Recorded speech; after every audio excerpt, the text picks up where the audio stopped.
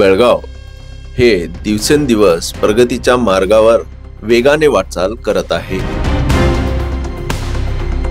नवीन infrastructure, malls, cafe, शैक्षणिक संस्था आणि आधुनिक आरोग्य सेवा यामुळे आज बेळगावचं नाव देशभरात झळकत आहे।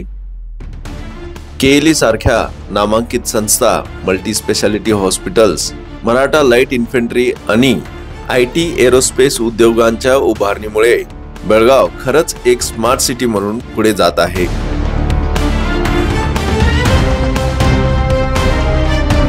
परंतु हा प्रगतिशील बेळगावला प्रवेश देणारा मुख्य द्वार केएलई हॉस्पिटल जवळील NH4 क्रॉस आज वेगळा चित्र दाखवतो। हजारो वाहने, रुग्णालयात धाव घेणारे रुग्ण, पर्यटक आणि सामान्य नागरिक सर्वांनाच हा मार्ग ओलांडावा लागतो। आणि इथेच आहे एक भला मोठा खड्डा।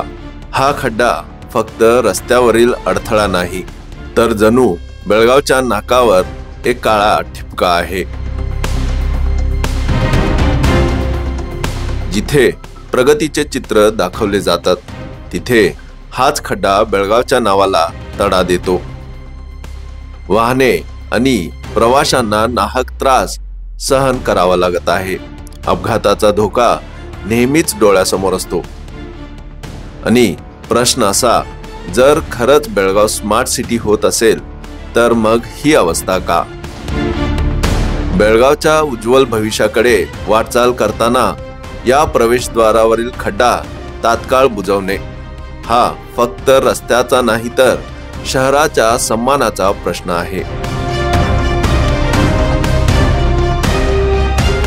Bureau report, voice of Venugram, Belgaum.